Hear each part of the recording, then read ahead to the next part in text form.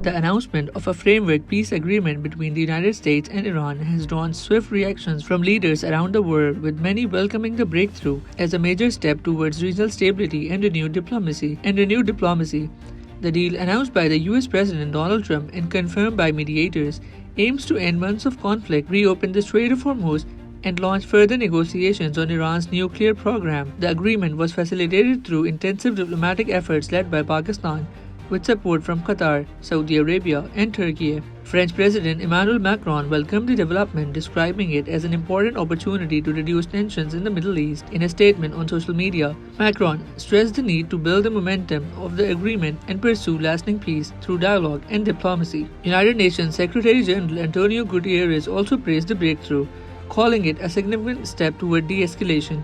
He urged all parties to fully implement their commitments and continue negotiations in good faith, emphasizing that diplomacy remains the only sustainable path to peace and security in the region. British Prime Minister Keir Starmer said the agreement was positive development for international stability.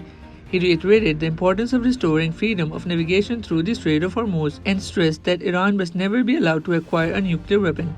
Starmer said the United Kingdom would continue working with international partners to support the diplomatic engagement.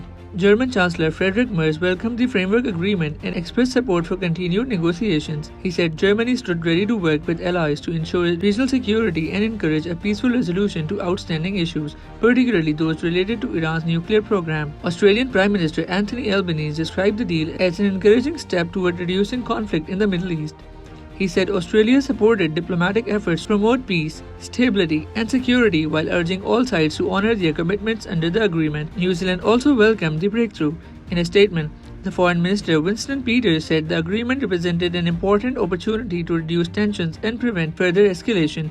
He noted that diplomacy and dialogue remain essential for achieving lasting peace and stability in the region. Several leaders also acknowledged the role played by Pakistan in helping bring the two sides to the negotiating table.